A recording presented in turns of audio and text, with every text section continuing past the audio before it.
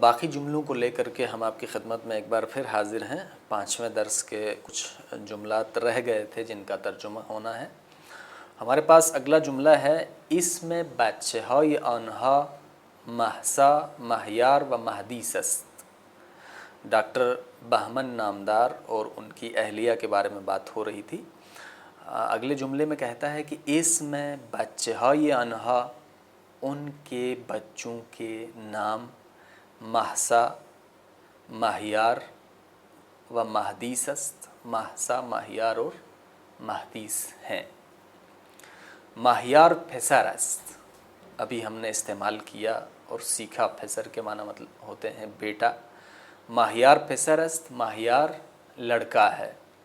مہسا و مہدیس دختر هستند، مہسا اور مہدیس لڑکیاں ہیں یا بیٹیاں ہیں۔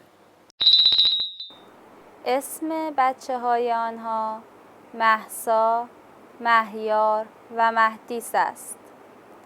مهیار پسر است و مهسا و مهدیس دختر هستند.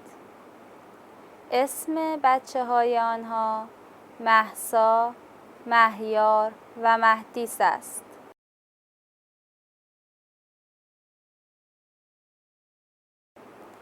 مهیار پسر است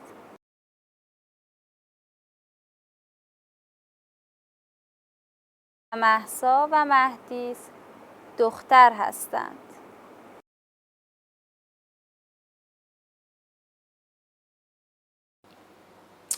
اس درس کا آخری جملہ ہے ہمارے پاس خانه دکتر نامدار قشنگ است۔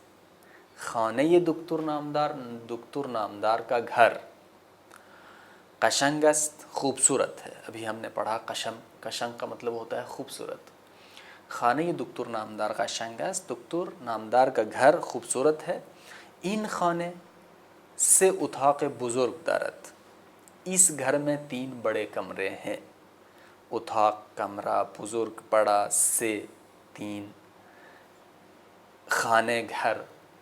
این خانے سے اتاق بزرگ دارد، اس گھر میں 3 بڑے کمرے ہیں۔ خانه دکتر نامدار قشنگ است. این خانه 3 اتاق بزرگ دارد.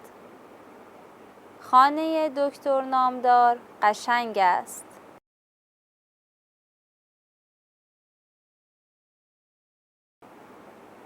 این خانه 3 اتاق بزرگ دارد.